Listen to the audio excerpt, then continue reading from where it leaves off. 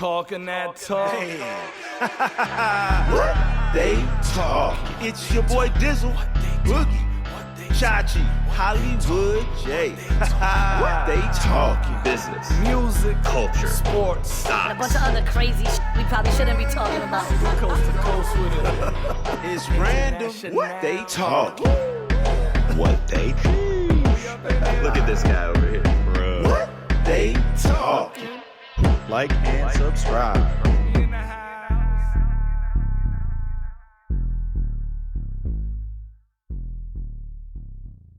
Welcome to another episode of What They Talking. It is your boy Dizzle here on this wonderful, wonderful Thursday morning. How y'all doing out there today? Jay, my guy, how was your week, bro? You first up. How you doing? I'll be honest, man. This week has been a burden. Work is a grind at the moment, trying to launch some new products, shit going haywire. Just got out the gym, so I'm a little sweaty. But you know what? This is basically my Jordan Flu Game podcast. I'm still going to bring the energy. I'm still going to be out here. Word up. Or, Anthony Edwards, I thought he was about to say, incarnation I just got of it. out the joint. And I was like, Right. You just came out of where, bro? Out the gym. Okay. I was like, got it. No, But bro, I that's- heard joint. Like, Jay ain't going to jail. He too soft for that, bro. no, I'm he too too pretty pretty for for that. jail, Yeah, bro. he too pretty. Boogie would go in with them tats and just scare everybody. They'd be like, we ain't fucking with him, hey, bro. Boogie. I'd get indoctrinated real quick. Hey, nobody know. Boogie out here look like he been in the penitentiary, boy. Them old English letters on his back. That boy- Hey, you remember in Palm Springs though? Like y'all had me like self-conscious because we met them random people and shit. Jay, your Well, friends. they were random. They were my friends. Well, They were my crew. sorry, that's Yeah, right. yeah, They yeah. were random to me. And so I was Yeah, like, yeah. then all of a sudden they're like, doesn't this look like you got prison tats, like Aryan Brotherhood and shit? I'm like, what? It was hilarious. I wasn't gonna bring that up, but no, it's good though. Weather's finally starting to get nice out in LA, so been taking them hot boy walks, trying to get a tan with my dog. That vitamin D be hitting right. Pause. No Diddy. But yeah, no. Other than that, other than just like the work grind and just being exhausted these last few weeks, things are good, man. Chachi, how you doing? Yeah, I'm good. Feeling good. It's I love it when the weather starts to warm up. Have a couple I guess outside of my regular job, some like moonlighting career, music related stuff I've been working on that's coming to fruition. So I'm excited about Hell that. Nice. Family's good. Everybody's healthy, happy. I'm good, happy, healthy. Yeah, man.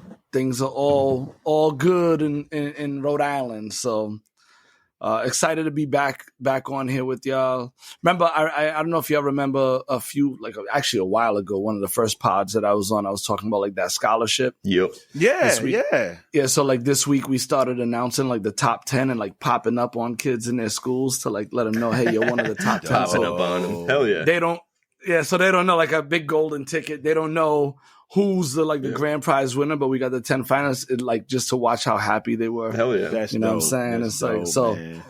Yeah, That it's is like dope. those moments like that, That part's dope, but you don't want to be there when they realize they didn't win it. That's going to be sad. No, but all of them will win something. No, They're I'm all just getting kidding. something. The top I'm 10 just are all kidding. gonna get something. Yeah. But yeah, it's good. It feels good to be the deliverer of good news. You know what I mean? Yeah, for that sure, always for sure. makes me feel good. So it's good with you, Bug. I'm a little embarrassed to admit this, but I just now realized what No Diddy is replacing the Oh other my phrase, God. bro. I just because I had been seeing it, I was Oh like, why my the God. fuck are people saying No Diddy? Like, what the fuck? Like, I don't. And I mean, you I Google get it? No, I didn't. See, that's the thing. I didn't. The diddler. I know, I've seen the diddler, like I get all that, but I just, for some reason, No Diddy did not click with me until just now when, I can't remember who said it, Jay, when you said it. Yeah. And I was like, You're oh, not shit, chronically that is- online like me. That is the new, the new phrase. We'll just call it that. I won't say what it replaced, but yeah, man, I've been solid. Also, like Jay, just work, man. Got a couple projects kicking off that I own, so just been a lot of that stuff, man. Not that work isn't usually crazy, but that's the boring stuff. Weather's getting good, just like Jay said. I haven't been on my hot boy walks yet because I scare away people, so mine are more like got to keep them tats under wraps. Hide your kids, hide your wife. Yeah. But no, I've been solid. So on to the first story. Just kidding, Mr. Dizzle, man. See, you thought, bro. Did you see him? You see his face though? He was getting super mad. Drop. I was just waiting. How you been? How you doing? How you been? Oh man, good man. Hey man, I went to the doctor, man, and they was like, "Yo, man, they're talking about my Achilles," and I was like, "Yo, I've been so sad because I can't walk until like July in a regular shoe." But my doctor was like, "Yo, your tear wasn't around your ankle; it was closer to your calf, so the healing time is half for you." Ooh, nice. So that's good news, man. In 3 weeks, I don't have to wear this boot no more, bro. So Boogie, you can get your flight, bro. Come on, let's go hang, bro. There you go. Good. That's great news. Yo, bro, that's so awesome. I'm so ready to get about this boot, bro. It's like, man, I'm going out with bars and stuff, hobbling out here, bro. It's just horrible. But other than that, though, man, life is great, man. The weather in Denver has been lovely, man. 79, 80 degrees. It's beautiful weather. Love it. Oh, and then I did some shout out my son, Lil Eric. You know what I'm saying? I told you guys he ride to the crib with different bikes. So this dude pulled the old America Harley Davidson to the crib, right? And so I used to reminds me of that. I used to ride, man. Well, I used to ride, and so I couldn't resist, man. I got on the bike with the boot, bro. I hit a couple with the blocks, boot, bro. No, with the boot is crazy, bro. That's crazy. Hey, I even told my girl to jump on the back, man. Hit a couple blocks with my girl on the back. I wish I could have seen bro. that with the boot, man. Please tell me you got pictures. Wild. Please tell me. Going Hell's Angels out here, bro. I think my son took some pictures, but I told you, man, they never show nobody that crap about Achilles. But it's not Sons of Anarchy; it's Sons of Eric-archy. Yo, you're gonna get recruited by one of them biker gangs quick. They're like, yo, this man is dedicated. Man with the boot on, bro. We need to get you what they talking leather vest. Is this what they talking motorcycle club? Hey, what they talking, bro? You know what? Maybe some chaps for your man. Some chaps. Shout out to some chaps. The assless variety, bro. You out here? Chaps are always assless, bro. Shout out, man. But shout out to the little message that we got, the little chat that we got called Plug Talk, because them boys been asking for merch, bro. They've been asking for merch, man. So I'm gonna send them guys some stuff. Speaking of the merch, man, they've been asking I'm gonna design that. Like, yo, I just need the logo. So let me put that together. That's my sweet spot. There it is. Dope. There it is. It's on Jay. So Plug Talk. Hit up Hollywood Jay and tell him hurry up. I'm gonna send them everything. No, we just need your girl to give me like a logo that I can put on it. Yeah, and I'll whip it up. That'll be $20,000. There it is. That'd be fun. No, these will be made to order. We'll be all right. We'll be good. Yeah, we'd be straight. But anyway, fellas, we got these stories queued up for you. So let's get to it. First story of the day. Usually I come with y'all with tech because I love tech, love Tesla and all the remote stuff and all the stuff, man. But this time I want to talk about the non-compete. About business. It's business. Standing on business. We own business because most of us, when we go into the workforce, especially if you hire up and you know something and you get deep into that company and you sign them paperwork, a lot of times they don't even tell y'all what you signing and you got to read that thing. And it's a non-compete, meaning that if you quit that job, bro, they may give you a little something. And the reason why they give you a little something is because they know they don't want you to go to that other company and tell them they secrets and how they doing the damn thing. Well, the FTC, what they do, they banning that joint, dog. And they say it's going to raise a lot more employment. A lot more people going to be able to get jobs. So people like us that work regular jobs and do what they talking podcasts on the side, if we decide to be like, we out this piece and go make some more money somewhere else, we ain't got to wait them couple years, whatever that non-compete says, or 2 to 3 years and all that nonsense. we can just go jump right in, not worry about nobody trying to sue us and get all this change. We can just go get that bread. And this is going to make companies right now think twice and like, you know what? I don't want this dude going over there giving out secrets. Go ahead and get that man that raise. Go ahead and give him a couple G's, couple 40, 50, $60,000 because I know he's going to get that over there. Hook that man up because we don't want them secrets getting out. How y'all feel about it, fellas? I think it's good. Talk to me. Oh, I love it. So this was like a huge thing within like one of my first jobs when I moved to California, working for a staffing agency, Inside Global. Y'all remember? I know Dizzle remembered those days. Oh yeah, that was like That's one of the good biggest old sticking days. points. Like in order to get your severance package, like you had to sign the paperwork, as you alluded to, which is a non-compete. Luckily, in the state of California, they've already been non-enforceable, but like this obviously goes across the country. I think it's a good thing for, I guess, like multiple reasons. Like one, like if you're let go, an employer that no longer wants you should not be able to control your career path or how you can make money, right? Agreed. And if you if you're voluntarily leaving, people don't leave bad jobs. They leave like bad leadership, right? So you're obviously not doing something right, like well enough to retain them. So you shouldn't stop them from going and seeking greener pastures. Like there will still be protections around IP and like not sharing like direct company secrets or probably some things around like direct poaching of clients.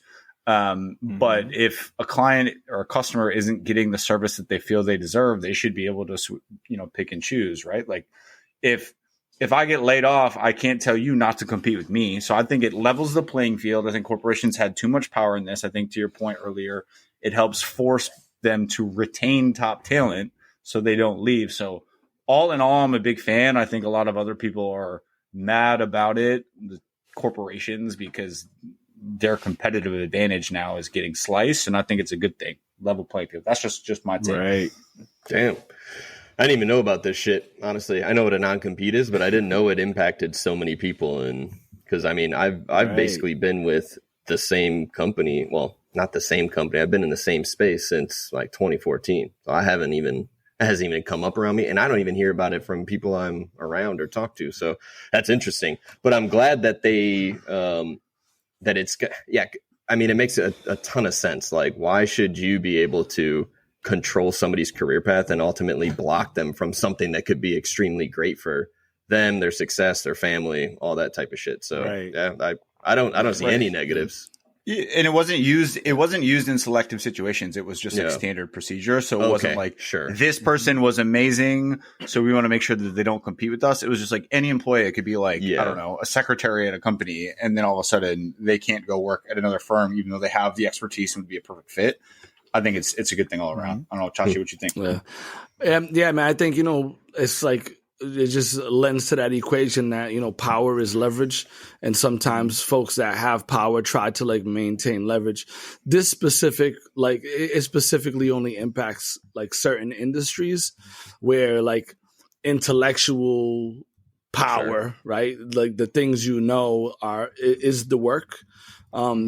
So I think it's good, when folks have an opportunity to like grow and advance, like individuals, when individuals have that opportunity, and then sometimes it's prevented because the companies have these clauses written into, their way of being, right? It's the way we've always done things.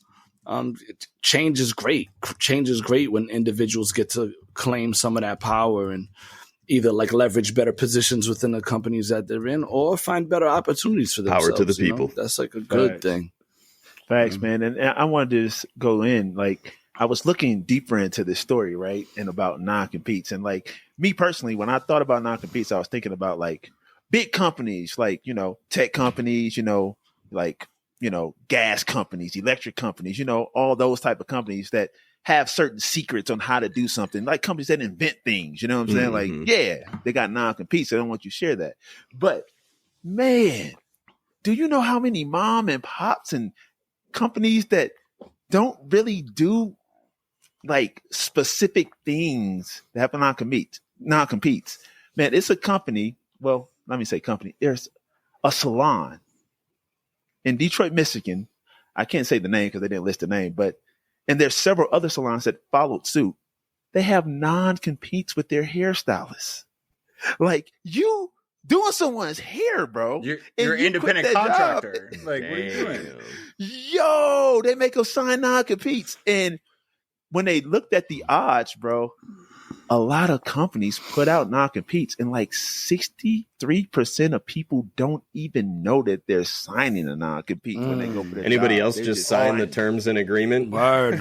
When you, I mean, that's why Yeah. you need to put on your business hat and read everything. Like, it's just a good practice. I'm not faulting anyone. Like, obviously, if you're getting let go or you're quitting, like, and you want to maximize how much money you can get out that company, you're just going to sign it because a lot of times they'll withhold it. But it's a best practice for those out there to read that stuff. And now we talk about this literally every podcast with AI and everything else, like, plug that contract into Gemini, into Chat GPT, let it summarize it for you. So you at least understand what you're signing. If you can't afford a lawyer to read it for you, that's a good idea. bro, I'm going to start doing that with all of like the Apple updates, so that way I don't get human centipated like in South Park. Yeah, like in South Park. Yo, hey Jay, you know what's wild about that? Like what you just said is, part of my role, I try to like analyze that hiring practices and things of that nature. People are so excited, right? There's a certain level of trust when you get hired by a new company, you're going into a new job, you feel like that company has your best interest in mind because you're like the new guy. And then people get so excited. They just kind of like power through like the enrollment process, right? The onboarding process. And it's like, yep, sign this. How much? Yep. What's my retirement plan look like? Boom. Yep. So many people just kind of breeze through. And then for the companies that by practice, they just want to like get you behind that desk or get you on the ground or in that truck and rolling. Cubicle. I mean, part of my like daily responsibilities is I negotiate contracts and like legalese all day long. Like, that's what I do. And one of the best pieces of advice I ever got was, I mean, first of all, like, corporations are out for the corporation themselves. Like, obviously they care about people. There's a different degree of how employers treat employees. But at the end of the day, like, it's a sink or swim, right? Like, they're trying to survive. So they're trying to do the best position. They don't necessarily care about you. And the best piece of advice I ever got was like, never give your heart and soul to a company because they physically cannot give it back to you. So always remember that, unless you're a founder building the business yourself. Like, obviously you can take it a different direction, but you can't invest in that. So their aim is to get it's a negotiation. Their aim is to get the best possible deal for themselves. So they're in a position to succeed. So as you just talked about, the power dynamics, the leverage, like, it doesn't exist as an employee. So the way that you can at least gain some leverage is by understanding exactly what you're signing. And then it becomes a risk reward kind of conversation, right? Like, you're never going to have full power when you're agreeing to employment terms, but you at least can take all the information and decide, is the risk worth the reward, right? And balance the two. Not every job will flush out that way, but I mean, Justin, go ahead. I got a quick question. Yeah. So, like, based on that, right, and then based on this whole non-compete issue, what does that mean if there's like partnerships, right? And then folks have like shared, you know what I mean? Just imagine if like a small company, right? Us four, we have this company and equally kind of shared in the creation of it. And then somebody's like, yo, I'm out, and could take everything that they built. Is there like does that create like a bad side of this whole situation or no? Well, if you blindly sign those things and give that leverage over to allow those people to take that hard earned work, like, people are scared to negotiate. Like, you get out of life what you negotiate, right? And the answer is, there's another great piece of advice I got. The answer is always no if you don't ask. Like, some people have mantras where they're like, I already have a no. It never hurts to ask. Like, you can push and push and push and know what you have. If you get a no, so be it. You already had that no. You're coming from a position of not having that already. What's the worst that can happen? Obviously, do it in a respectful manner. Know when to push and when not to. But yeah, I mean, that is partnership is a little bit different, right? Because there's supposedly a mutual benefit, right? If you're Right. partnering with a much larger Yeah. organization, the benefit is going to be shifted greatly in their favor, but you're still able to squeeze some benefit out of it yourself. That's what I look at. Word up. Yeah. Absolutely. Well, fellas, just a couple of stats. It's just two kinds of people that are known to just sign non-competes and not know. It's the person who was previously unemployed. Like the tech industry just took a big hit. A lot of people lost their jobs. So these people are trying to get jobs real quickly, may not have savings or may not have enough stuff. Those are the people. And people that are in transition, moving from one type of work style to a new type of work style, they're quick to sign. So that's just the statistics on it. So we have that. And also, fellas, I got some paperwork coming to you guys, just so y'all know you got to sign that, man. You know what I'm saying? So if y'all ever try to lead this podcast and start something else, That on your own, non-compete is coming. No, coming. it's not enforceable. I'm gonna tear that shit up, bro. Like Cersei. Hey, but anyway, I went to the law school of hard knocks over here. I'm ready. I'm out here. I'm doing contracts all day. I'm gonna tear your shit up. So I've been watching Suits nonstop. I'm Look, good. I just sign anything, so I ain't But- putting up any type of defense. Chachi Spectre. But just to close to bookend this conversation, I think it's also important to say the other side's argument, right? So like there are some critiques people have about the FTC's banning of this, and some of them are, what you would expect businesses to say. We kind of touched on some of this, right? It could harm business in that non-competes are essential for protecting trade secrets, investments in training, client relationships, etc. Like if you just come on board and then leave right away, like you could just take that and go somewhere else. But I think they can still put in their employment contracts, IP protections, things of that nature. They claim it will stifle innovation. I don't believe in this one. Like they're just saying that they're going to stop investing in research and development. That's BS. The other points is that it'll hurt some workers. Like, come on now, it's not going to hurt workers. It allows people to go start on their own. And then I think the strongest argument is that the FTC is overreaching in terms of their powers to be able to implement this. I do kind of agree. With one thing they did say, like hurt workers. They do say it can hurt startups. And I do kind of agree with that one, because a startup that, let's say they are innovative and they're creating something brand new, and someone comes in, okay, I'm gonna help you get this startup going, blah, blah, blah, but I can't give you a non-compete anymore. So you can't take what I was doing. That was one of the major arguments that I see here. They're saying like this could actually hurt a startup, and they are limited to the resources. Right. That I can see that argument, but I think when that capital is very intelligent, right? Wherever there is a problem, they will build a new solution. So they'll put in different contractual terms, maybe not disclose it as a non-compete. So one of the other arguments is that unintended consequences, they feel like it will lead to increased NDAs, right? So an NDA is not, hell yeah. NDA is not a non-compete. It's just basically whatever you learn here, you cannot share with anyone else. And if we figure that out, you can go work somewhere else, but you can't disclose our secrets. So that's already one way that they're innovating to kind of get around this. They may just force you at a startup to do an NDA, so you can't disclose anything that you learned or anything else. Of course. So they'll handicap you in that way, but that's fine. I can still, the way that I look at it is it's very hard to tie that back to, did I have this idea ahead of time? Maybe processes and things like that are very explicitly clear. This was our exact process. You implemented this. That's fine. But I don't know. What I'm trying to say is businesses will find ways to still tighten around their actual trade secrets without enforcing the ability for them to go start a new company or work somewhere else in the same space. Facts. Well, Swirl made everybody sign an NDA, so Smart. them non-competes. But Smart.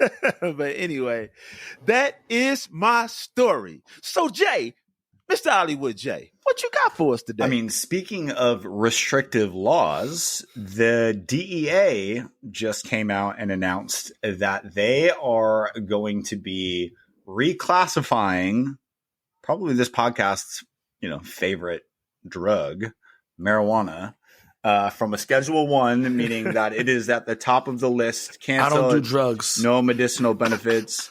You probably did it at some Me point neither. in your life, and you probably enjoyed it. Whether you I do it or don't not. do drugs. You drink coffee? No, Me neither. You drink that's coffee? a drug. Mushroom coffee. You drink a soda? Point outta being, you here. take any caffeine because that's a drug, technically, on the scheduled list. True. I do drugs. I am a druggie. Pause. Kidding. Don't quote me on that. But no, so it's currently classified as a Schedule 1, which is the most restricted. So it's on the likes of heroin and LSD, which I also don't think LSD should be a Schedule 1, but that's why you have this kind of federal ban. And they're going to reclassify it as a Schedule 3, which is more akin to things like ketamine, anabolic steroids, basically admitting that there is potential for abuse, which we all know, but it does provide medicinal benefits. So this has gone from the DEA. It's been signed off by Merrick Garland, who is the head of the Justice Department right now, the Attorney General. It's going to go through the process essentially to like public comment, etc. And then the White House is expected to sign off on this. So this is big news on multiple fronts. You know, the Biden administration is also recommending that states like pardon thousands of Americans who were convicted of like possession and other things, although that number is actually very low. It's usually you don't get popped and go to jail for simply possession of marijuana. It's probably tied to a bunch of other things, but they're trying to essentially clean that up. And then with that, I think it's going to help actually bolster the regulated public market of marijuana. So folks like my brother who runs Ease, a marijuana delivery service with some retail stores, whatever. Check it out, eaze.com. If it's in your jurisdiction, make sure you order it. Hit me up. I'll give you a little This referral fucking link. guy. I'm trying to put food on my niece and nephew's table. Like, let's go.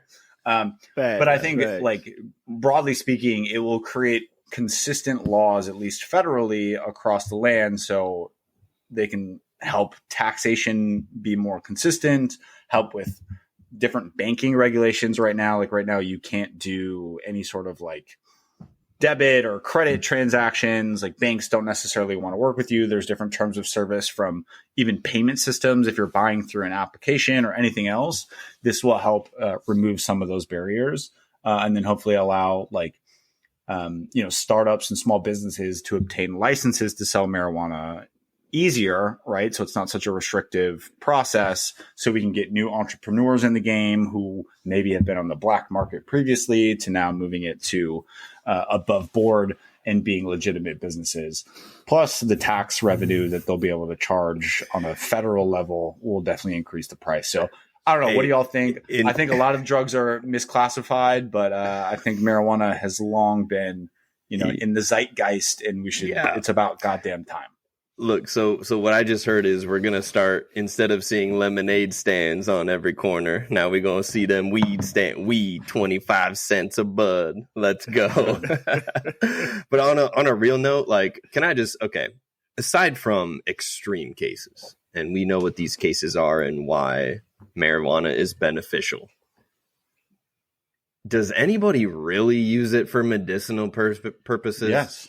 Come on, man. I mean, no. Like I said, aside from those cases, I know everybody on this pod right now does not smoke that shit for a medical. I don't have a anybody medicinal purpose. It helps. That's what I'm cancer saying. patients, other people with nausea and appetite. So, I'm telling you, this is what happens. Bro, what did I? Folks who are like chronic pain, saying? chronic back pain. What did I start the combo off by saying? I said I know motherfuckers that there are. I'm just saying, like, the majority, no, the majority use is not medicinal. I don't think. That's what I'm asking. I wasn't saying nobody uses it. I know cancer patients. I know all that shit. Definitely not. But don't fucking come at me like that. But go ahead. Keep going. No, I was just gonna say, I think like there's like a large majority of folks. So I don't smoke. I don't participate. Sure. But for all of the folks that I know that do, are doing it to provide some sense of ease. It's not just to like, hey, I'm smoking to be high. They're smoking to like, you know what I'm saying, either like calm things down and slow things down, or to decompress. Calm things down is one You know thing. what I'm saying? Calm things And down I think- is like having a but glass I think of that's wine. medicinal. That's not medicinal. But that's also medicinal. Man. I mean, what is this? Like the artisanal days? Like, come on, like you're calming down. You're taking the edge off. That's not medicinal. That's just, hey, I'm relaxing. I'm fucking gonna smoke. That's a joint. exactly what medicinal No. is. It's literally really? curbing a symptom. What symptom? It just, I hey, yeah, I think got so. some stress. The symptom of life. I'm- Yes, oh, man, stress, that's kids, bills, work, Like Cat Williams long said, days, fuck them goddamn wives. lives. all of the no, but I above. get I it, guess but I don't know. what is your point or your argument here? I was just saying, because what you said was they're moving it to schedule Like you mean like 3. to cure No, something, well, to cure so, like an so ailment? Jay said they're classifying it as Schedule 3, which basically says like, hey, these are some stuff. So while we know abuse is potential, we know that there's medicinal benefits. And so I'm like, I get that on weed. Everybody knows it. No, but that's based upon the classification schedule. What they're trying to say is class 1 drugs have, according to the government, have no medicinal benefits or purposes. We now know that not to be true, pursuant to what you said about what we talked about, cancer patients, etc. Like they're now admitting that like it is actually beneficial for those people. When it was scheduled as a class so they're 1, way behind the times. yeah, when it was scheduled as class 1, they said there is no medicinal benefit whatsoever. That's how they've classified it. It has nothing to do with are people using it for medicinal or not. They're now admitting that, like, based upon data and research, there are some medicinal benefits. Whether people use it for medicinal benefits or not is up for grabs. It just comes to mind, South Park when Randy is like, he wants to go buy weed, right? And this is in the days where you could only you had to have a medical Which I've got card, one. like a reason, I have right? back pain. Yeah. That's exactly what I was getting at. Is like, come on, man, like this shit should have been like legal. It should have been right. So chronic. they're coming with the times now. They're finally admitting like this has been a. I'm not against smoking. I know you're not, bro. You want to take the edge off? It's like smoking. Yeah, but it's been like taking a shot. It's like doing it's whatever. been an issue though. Smoking a cigarette. Like you got to think, it's been an issue. I have friends who were like deported for weed. You know what I'm saying? Brittany Griner. Gone. Like, or literally came to the country as like a baby. And, just think there were harsher punishments for selling weed than there was for selling coke for a long period of time, which drastically shifted. You know what I'm saying? Like the prison system and how many folks were being arrested. Oh, for a what? lot more behind that. Yeah, we ain't don't getting need to deep get in deep into it. There's a whole lot more about just that. look on, But you look on can't hemp being you can't better repair than that. wood and everything else for a lot of materials and other things like that. Like it was coming from a bad place of why it was classified and then lobbyists and whatever. So I think this is a big win because also I'm libertarian in the sense of like, I don't want the government to tell me what to fucking do. I can put in my body what I want to put in my body. Like, I don't care.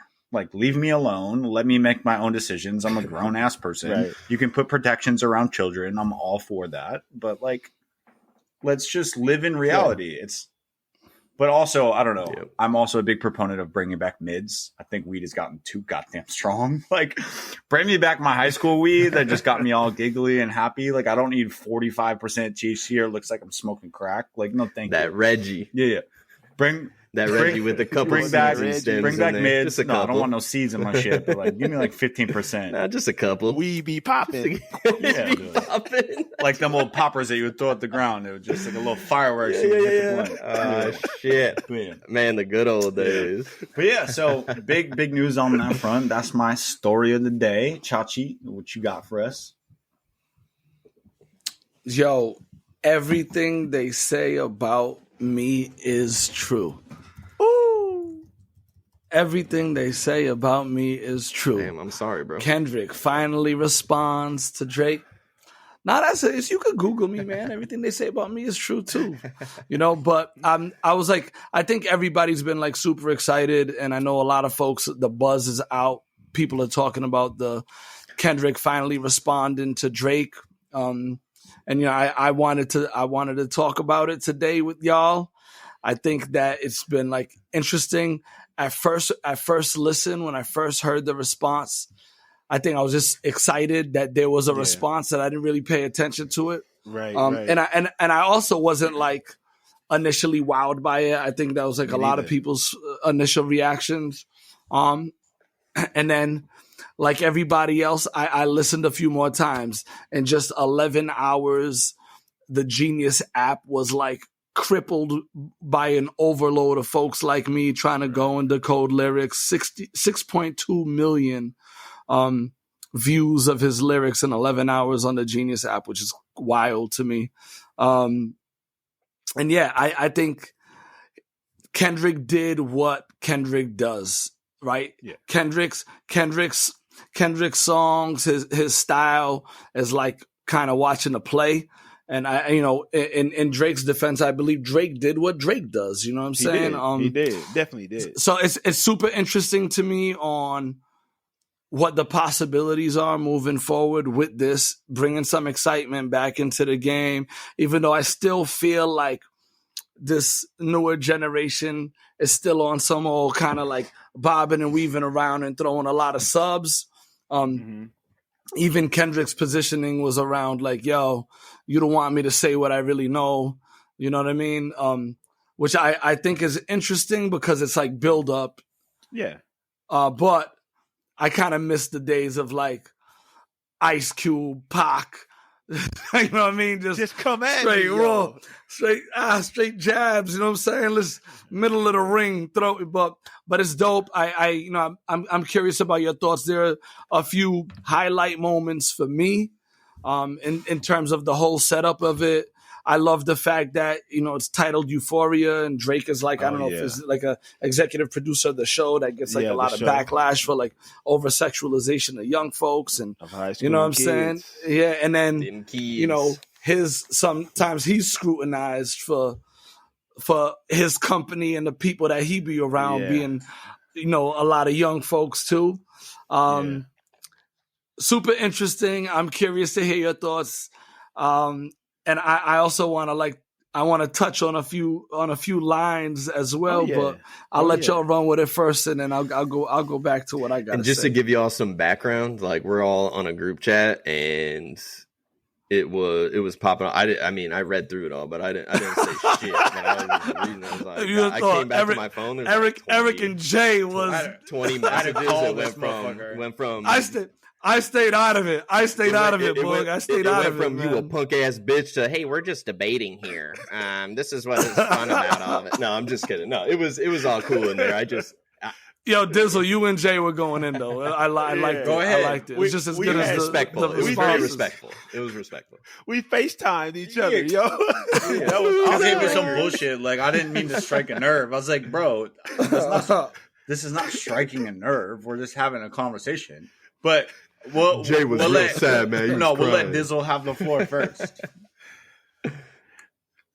Oh man, I was just hitting on lines. You know what I'm saying? Like Drake. I'm not gonna hate Drake now. Don't get me wrong, because he hates the way that you walk, the way that you talk.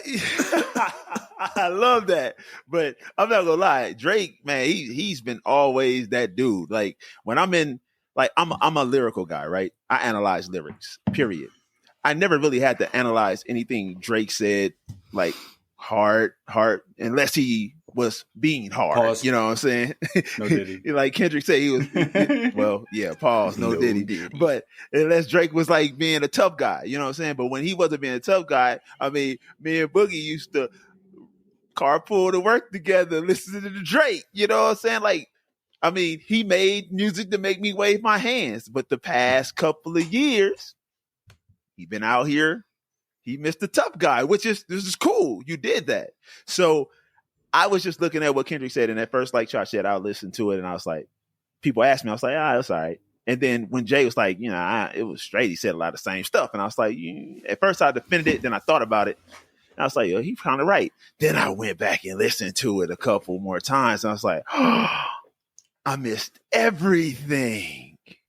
And I was like, there's a lot of substance to what he's saying, and I think it went over a lot of the younger generation's heads because they don't know the history behind some of the stuff that he said. Like, Well, in the no. beginning. One thing I'm Go going to ahead, say Jay. is like, I agree with you in that the entire overarching theme about this, like people are getting caught up in like the Drake's not black, whatever. It's no. Oh, What I'm saying is like, he layered in things that alluded to Drake. Like, sure, he's black in terms of his dad being black, but like cultural relevance, right? Like, you're black almost in genetics only. Like, you're not part of the culture like we are. So, like you said, you like he layered those things. That's the entire I'm glad you said that. overarching message of what he's saying. He's like, yeah, because like he's obviously married to a half black, half white woman as well. So he's not saying you're not black. He's saying you're claiming the culture when it's relevant to you, but you are not actually part of the culture. Like, you claim it when it's beneficial to you, but otherwise not. And then there's layers to that. That's why why people aren't getting the references that you're talking about. Yeah. I'm not part of the culture in that sense. Right. So I miss some of those deeper seated kind of bars that go at him. But I have my own critique, but finish your part and then I'll defend Oh no, my guy. I mean, you actually hit me. You actually hit a nerve. You did what a lot of battle rappers do. They say what the other man was about to say, and that's what I was about to say. I beat-rabbited you, dude. I was about to hit you with that. I 8-miled your ass right here. Yeah, you undercut your argument, dog. Yeah. you really did. with the shits. You did, because it was about the culture for me. It was about the culture for me. And like Drake, his fan base, he got a lot of black folks, white folks, everybody. He's pop culture. He's got all of it. When I look at Kendrick, his fan base is true. He may feature on all these other people's stuff if he features on it, but his message remains the same. He's about that culture. He doesn't, just because he could be on Miley Cyrus's album, but he's not going to be a Miley Cyrus person. He's not going to be a Swiftie. He's going to be Kendrick. And he doesn't have 50 different accents to cope and to fit in everything. And that's pop culture. Drake can get in there and relate to every culture because he can get in there. He's an actor. He can act and be everything. Kendrick's only going to give you that one. And that's what he is. And that's what he's about. From the line, right? Like, I make music that electrify him. You make music that pacify him. So he's trying to build up the culture. Pacify. Yeah. I mean, from my perspective, that's what it is. As the white boy on here, right? Like, so, like, I don't have claims the one and only to the culture, right? Like, I will never fully understand it, but I can piece things together. And from an outsider's perspective, there's a few things that I take issue with. It's like, one, for me, it seemed like he just and I think Pusha T may have ruined kind of the battle rap messaging because he dropped absolute bombs that people didn't know. So now I've come to expect, if you're going to wait as long as you did after taking the first direct shot, right? Like, obviously they've been, subliminally fucking dissing each other for a while now. Yeah. Like, if you're going to take that long to respond after you fired the first shot, I'm just expecting you to not recycle things that have already been said on the internet for some time now and by other people. Like, Rick Ross came out and already talked about the abs and the BBLs or whatever the fuck else he said, right? Kendrick then weaved that in there. Also talking about the young girl thing. That's a shot, right? Like, I don't care that Drake came out ahead of time and said, yeah, I did this. Like, bro, you're just admitting you're a pedo ass. Like, what are we doing here? Like, so look at that. Yeah. The one line that I really respected was him flipping the 20v1 or the 1v20, talking about ghostwriters. But that also does, like, it was a great flip, but it also doesn't address, if you look at his writing credits on a lot of his songs, he also has multiple people on there. So, like, it's kind of like a wash. I still think the best. I don't think it's a wash. I still think the best line of any of the songs was him flipping the "What's a prince to a son," that line on Push-Ups. I still think that was the best. Yeah. But what I'm saying is, like, for you to wait that long and have so much hype, like, for Drake to drop 2 records in between, it just didn't move me enough. Again, this is like the first, I guess, real engagement of what's going on. I'm sure he said, don't tell lies about me and I won't tell truths about you. So I know you've got things about you in the chamber, but like it's almost, and maybe he's like goading Drake into like responding so then he can then end him. But this isn't a record that would make Drake shut up like Pusha T's was. So like that's the standard that I'm setting. I think you missed it though. But I think you missed it. Just when you came in and just told me about I don't claim the culture because I'm not there. All the stuff that he actually pushed out, like you focused on the stuff that he did recycle, but you missed the stuff that he put in there from the very beginning when the reverse was played and it was from the Wiz, Michael Jackson, the Wiz, the Scarecrow. Everything about me is true. You missed that. You missed when he said, I got a Jackson and a Ben in the house and I'm Joe. Jackson is Michael. Ben is his pet rat. Joe Jackson is his abusive father. I'm beating your ass. You right, missing those things. And it's like, he's talked about a whole lot more than just the recycled stuff. No, I get it. You just missed it. I think at the same time, like, I think it's also everybody's ganging up on Drake. Drake came out and took direct shots at everybody on a single track. And then I thought it was the most creative thing was you can like it or not, but the fact that everyone said his track was AI, then he used AI to come at Kendrick with West Coast rappers who Kendrick claims to be the king of the West Coast. Like that's creative as fuck to me. Like I think this is better. Yeah, it was creative, very creative. It hurt me when I heard it. Drake I think Kendrick is clearly a better lyricist. Drake is a better battle rapper and tested in these scenarios. So it's only going to it'll be seen like what happens on the next round.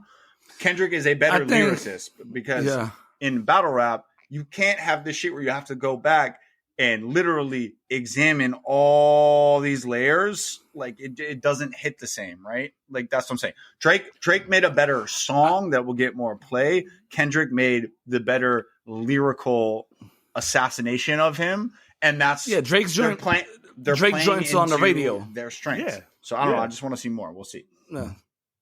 100%. I agree with that. I agree about them playing to their strengths. I also feel that there was certain like positioning, like Kendrick has a huge fan base. Drake has a huge fan base, and those fan bases are very different. I think there's some intersections, but I think like at the core, right? You know what I'm saying? There's like very different fan bases. I think Pusha T, right? And the reason why Pusha T had to come with a nuclear bomb is because he couldn't play the long game. He had to get a knockout blow. Right, but Kendrick can play the long game. He can do it, he is in the positioning, and just the fact like that line, like, hey, like say whatever you want about me, that's the truth. He was like, go ahead, he's like, just don't tell no lies about me. And what I got some truths about you that might not want to come out. So I think like you hit the nail on the head and he did too when he was mentioning about Drake, because Drake knows how to like ease into different styles, like whether he's like mimicking like Jamaican patois, and which I hate, by the way, with a cosign. You know what I'm saying? And then flip on the UK drill stuff with a cosign. But typically anywhere else that gets no love. You know what I'm saying? That gets the what's homeboy? That gets the Shaggy treatment. You know what I'm saying? That gets the that gets the Shaggy treatment. Like, yo, what are you doing, man? That's whack. You know what I'm saying? So I think that's kind of what he's alluding to. And I don't know. I just thought like at second listen, some of the lines were like just like, oh, just kind of like hitting. You know what I'm saying? Also creative. One of my favorite lines on it is like, yo, headshot of the year. You better walk around like Daft Punk. Daft Punk? I was like, ooh. Oh, and the YNW Melly. The YNW Melly one when he told J. Cole and Drake, he was like, yo. I know. The fact that Cole kind of stepped away, like, yeah, I'm cool. And then Kendrick, it almost feels like a setup for all of us. It's because like, they hate it. No, because whatever. Because it's exciting. It's fun. Real beef between Drake and Kendrick. J. Cole's like, I actually have a dog in this fight. And it goes way back, right? It goes way back. I'll tell you what, that classic line was good, but it's not true. my first album. We were talking about Which one? He's got a classic and Drake doesn't. Yeah, classics. The label of it is that's subjective. Take Care been on the Take Care charts was the way classic. longer, and Reagan Hyder than it's the classic. Yeah. That's his classic. Well, that's his. He's got other ones. So like, there's some lines that fell flat, and then the other line that people are trying to make up for. I think Kendrick misspoke, but maybe I just don't understand it. Was the Joel Osteen line when he's talking about 6 Cents? That's Haley Joel Osment. Like, it's a completely different name. Like, what are we talking about here? Maybe I'm just not understanding, but I thought that was a bit of a miss and could have been better. But talking about seeing ghosts and whatnot. But I don't know. Maybe Dizzle can explain this to me offline so I can understand the culture. But he just misspoke. I thought it was fire. I thought it was fire. I like it all. But, I like it all. But this is what I said in our group man. chat. I was like, we both know what side we were on the moment that this beef started. Like, I was going to defend Drake and you were going to defend Kendrick. And neither of us were going to move on this shit unless something crazy happened. And it was very evident. Well, so let's see what happens. I almost moved when I heard Tupac rap voice. I was like, oh my God, I am so hurt, man. What is happening? And then I saw my boy Snoop come on social media. He's like, what? Who? They did. I think I'm going back to bed. I think the excitement of Drake. I think the excitement of Drake dropping that push-ups joint was like everybody was like, "Damn, that's wow, that's crazy. How are you going to respond?" And then this Euphoria joint, I think is just boom. It's up there too. This is poised to be. This is nice. One of those. You know what I'm saying? If it keeps going, if it keeps going, excitement back to hip hop. I hope it keeps going. I just hope Rick Ross stays out of it. And I hope Metro does too. Shut your hoe ass up and make some drums.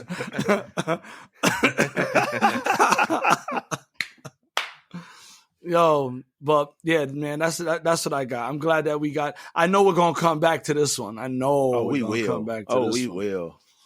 Sir, headshot of the year. You better walk around like Daft Punk. Man, I love it. I love it. Yeah, anyway, man. I'm waiting on Drake. Bring something. Boogie, what you got for us, bro? Yeah, and just first off, obviously I didn't respond to any of that shit because I haven't listened to any of the fucking beef. I'm a huge Drake fan. All right? I like Kendrick too, but you know, it's because you're Boogie Wallin over there, Drake, dude. and you just listen to country. Boogie Wallin, yeah. But Stagecoach happened this weekend. He was out of pocket. And listening to that new Beyonce country joint on repeat.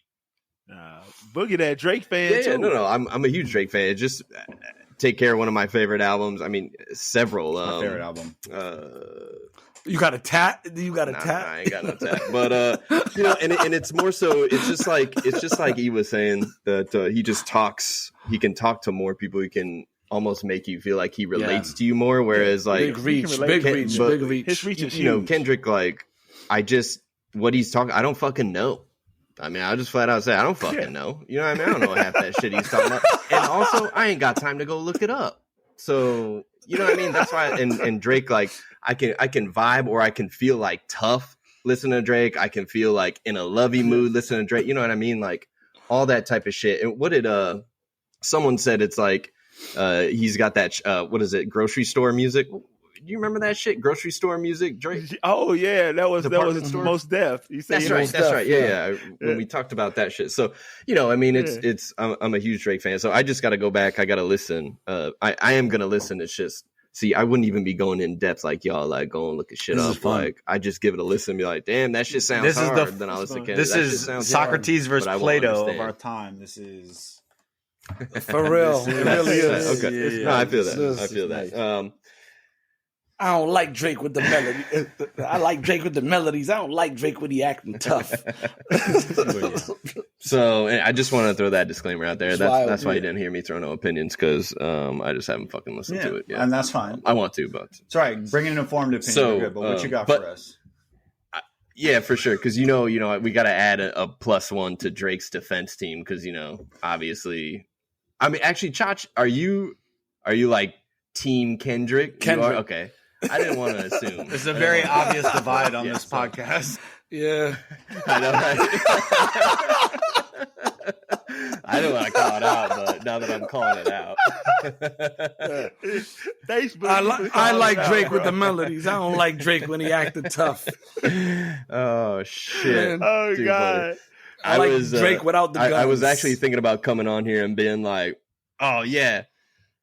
Fuck Jay, like fuck. We're all Team Kendrick, all ganging up on That's Jay fine. just on the pod. But no, What's this, a 3v1, that wouldn't be motherfucker? truthful of me. 3v1. I'm the boys ghostwrite your shit. It wouldn't be truthful. All right, so what I got for y'all today. Shout out Jay for the source, but an American favorite. An American favorite. When you think seafood, what do you think? Authentic. When I think authentic seafood, I think Red Lobster. I'm just kidding. I love Red Lobster. I'm just playing. It's chain restaurants and like authenticity. Cheddar blah blah blah. But man, I fucking love Red Lobster. I love those cheddar biscuits. I love them so much that we'll get like a dozen, and we'll have leftover ones, and then in the morning we'll make like egg and cheese sandwiches on those biscuits. You know what I mean? Give it a little breakfast flavor. Man, if you don't even make it in the morning for me, bro. I eat all them joints. I'm all right. So Red Lobster. Red Lobster has filed for Chapter 11 bankruptcy. Now, on the surface, it looks like everyone's pointing to the endless shrimp deals. Costing the company, what was it? Couple mil, I think. No biggie, no big deal. Couple mil. No, really, that's just what's the word? It's more of a symptom, right? Of what's happening. There's underlying issues within the company, but it's not the root cause. The endless shrimp isn't the root cause, at least from what I read. But obviously there's waning customer interest, which is crazy to me because I feel like endless shrimp would bring customer interest, even though, it's kind of a age-old thing, right? People are greedy and hungry, bro. What you talking about? Yeah. Their target customer is not exactly have a small appetite. Shrimp, let's put it that pepper way. Shrimp, cold shrimp, cold shrimp, hot shrimp. So they filed now. Okay. Bankruptcy, like it's a possibility. It's not a certainty. So there's still an opportunity for them to come back, restructure debts, and possibly continue operating. I can't imagine Red Lobster actually kicking the bucket. That shit would be wild. Because they're pretty big. They're well known. They got great cheddar biscuits, which you can buy in the store. So I guess if they left, I'd have to make my own. But you got to make your own, man. Some other things, intense competition. Apparently there's some big competition in the seafood sector. I didn't know that. I've never kept up on the seafood competition market. I don't know if y'all have. I don't know if tuna and lobster is beefing out here like Drake and Kendrick. I don't know if that shit's going on. Legal seafoods. Also beef. Like what's also there's been multiple CEO changes. There's been some private equity missteps as well. So it's just like a combination of all this shit. But it's a very iconic restaurant, I think. And I want to know what y'all think. Not just like, give me your opinion on, okay, they fucked up, but also like, how you guys feel? I love Red Lobster, man. I like the scrimps. You like the scrimps? I mean, I go in there and I get the ultimate feast. Every time I used to go, I say, give me the ultimate feast, because you got a piece of lobster, you got some scrimps, you got the butterfly scrimp, the cocktail scrimp, you know what I'm saying? You got the rice, you get the biscuits, and when you in the restaurant, you eat the basket of biscuits, they bring you another basket of biscuits. So that's you just their got breadsticks. Unlimited biscuit. Yeah. Man, I love the lobsters. Matter of fact, my son hit me up the other day. He's like, hey, Dad, you want to order some Red Lobster biscuits, man? Just the biscuits on Uber Eats. And no, man, you got to make a minimum on that, don't you? Yep. Bro said just the biscuits. Man, but no, I love it, man. I can't believe they filed Chapter 11, man. And I hate to see them go out of business, even though I haven't been in like years. You know what I'm saying? It's been a long time since I had Red Lobster. It's been a long time since I've been. Talking about it. It's been a long time since I've been, but I've ordered DoorDash like, I don't know, a few months ago. I hate shrimp. I hate lobster. So never. Wow, really? I haven't even ordered it. Oh, yeah. I've been one time. Jay can't I'm not a big fan of shrimp shrimps. unless it's in like some pasta or something. Yeah, well, that's what I get. I get the shrimp Alfredo. Pasta, that's my go-to. Yeah, everybody get the shrimp Alfredo. And for our listeners out there, scrimp is actually on their secret menu. So if you say shrimp, you will get something different than a scrimp. And if you say scrimp, you will not get a shrimp. So I'm just throwing that out there. You gotta have scrimps. Scrimps, man.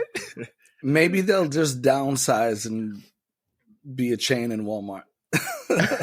Hey, like I our would boy, Pitbull. They should just sell frozen lobster, Red Lobster biscuits that you can make at home, and they probably make a killing. Man, they got the batter in the the batter. Did we just solve they Red got Lobster's that. Chapter 11 bankruptcy? Just move everything to online? I think we did. We sure did. Hey, We sure look, Red did. Lobster, we're really humble guys. We just want to not have to work anymore, and we would just want to talk shit and drink on the That's podcast. it. So if you can just support our current lifestyles while we do that, I'll sign that I'll non-compete sign that. right We got now. plenty of other ideas. Breakfast, Cheddar Bay biscuit sandwiches coming That's to you it. soon. If You- Taco Bell you can could call do it. them the bugs. I would like 2 bugs, Right. please. I'll tell you. Let me get 2 Let me get bugs, them 2 please. bugs. Thanks. If they just sell the biscuits, man, they gonna stay in business, Oh. man. That's all they need. It's cheaper. 100%. And It's honestly, they're good. better than regular biscuits. I mean, Man, They need a partnership, Oh, yeah. man. They need a marketing partnership. Get Sebastian from Little Mermaid to do your for commercials. sure. Look, I don't want to. Put a little indoor Yeah. Chuck E. Cheese playground up in that joint. Do a half off kids menu. Your money. Let's go. Hell yeah. And look, I'm not trying to, solution here on this, but now I'm just thinking, man, you know what? Can we just make some cornbread Cheddar Bay biscuits as well, man? God damn, that sounds good to me right now. And I thank the FDA for making that shit a class 3, schedule 3. Because I'm hungry as fuck. thinking about that. Cornbread. A wheat. You'll do a wheat cheddar biscuit. Only in California. Hell yeah. You can call that the Bug 2.0. Let's go. Bug V2. Man. Yeah, Oh, that's for sure, wild. for sure. We saving Red go. Red Let's Lobster, go. man. That's all I got for you fellas, so we know what time it is. Man, you know what time it is. Random story of the day. I think I got a good one for you. Now, this story comes in from Frisky, Ooh. England. I'm getting frisky. There Frisky, it is. bruv. My bad. Frisky, bruv. Not Frisky. but Frisky. You can N-E-Y. frisk my knee, bruv. Frisky. Hello. But in Frisky, England, at Frisk the me. Lincolnshire Wildlife Park, there's a grayed out parrot who's gaining a lot of attention. He's only You been saying there racial a shit? few months, and it's becoming. No. Oh, No, okay. he's not. Oh, damn. I'll sit back. All right. The story's not going to be as good anymore. Let's just cut the pod. Have a good one, y'all. Peace. Well, this parrot is out here at the wildlife park, man, and he's swearing up a storm.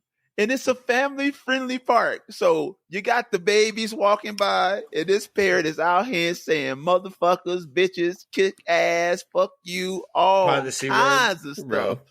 And exactly. So the park was just letting it happen because it's getting a lot of attention. It's like, man, why would we change it? So Business is booming. exactly. So Steve Nicholas, the CEO, NPR went and talked to him about it. And he was like, man, what am I to do about this? Who am I to stop this Free parrot speech. from just Free speech. saying what he want to say? They don't got that You anymore. know what I'm saying? He got the right to say what he want to say. So now, if you want to go to the Lincolnshire Wildlife Park, you're going to see signs now letting you know that there is a Watch swearing out. parrot. Just let your kids know there's a swearing I parrot love here. Watch I out. love that they just call it out up Love front and they're not like, oh well, we got to remove this parrot. You know what I mean? No, Like do some crazy shit like that. So Well, that's This cool. is ridiculous. Like, having been to England, those motherfuckers swear nonstop. You fucking Yeah, twat. fucking say word. Like, I don't want to just start, blasting that over the airwaves. Yo wanker. Yeah, fucking wank. You It's fucking taking a wanker. piss. No, I mean, Taking that's a wild. base. Like that they're giving trigger warnings about animals now. Like, what has the Western world become? Like, the funny thing is, like, if you turn on the telly, as they would say, you'll hear all of those words in consecutive segments nonstop. Like, let the bird live. Let him. He's probably numbered in his days. He's out here. He's just out here talking his shit. Agreed. I'm curious if he got like Look. an English accent or if it was Oh, like shit. bro, I know, really. Thank you. Swears like Dr. Dre. Yes. Motherfucker. That is fucking, Yeah, or that's like fucking Doctor brilliant. Who. Look, I got two takes on this. The first one is, can we get like a ring camera footage of probably the homeless we guy need- we that need sneaks some up to this footage. parrot every night and is just like, fuck, bitch, fuck, cunt, fuck, like getting the parrot to repeat it, train it. That's my first theory. Yeah, I want footage of the parrot. I want to see that. But They just wanna moved see him that. though. They moved him into an enclosure Oh, now. they soundproof because it. they're trying to hopefully stop him. Well, they want to stop him from doing it, funny. man. But the CEO is like, man, it's okay if he do a little effing and jepping.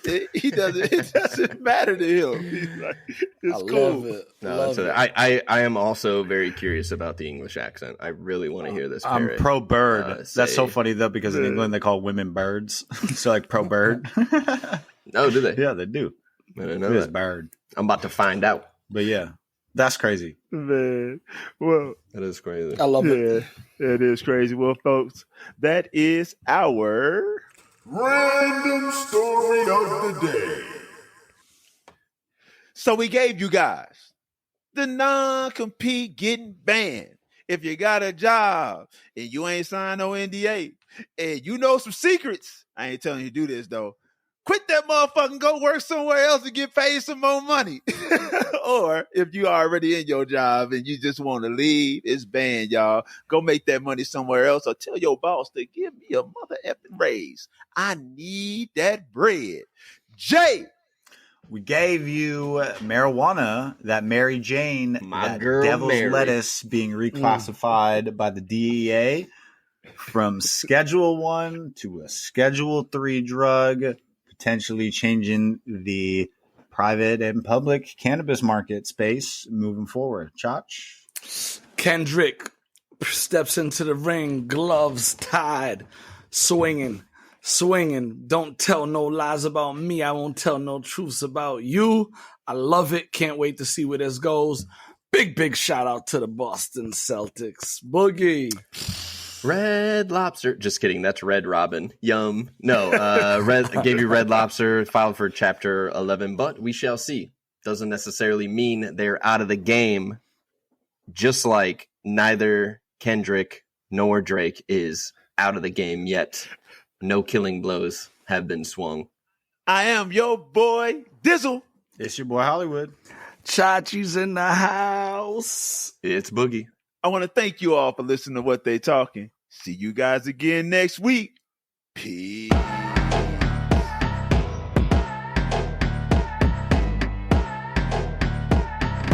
What They Talking.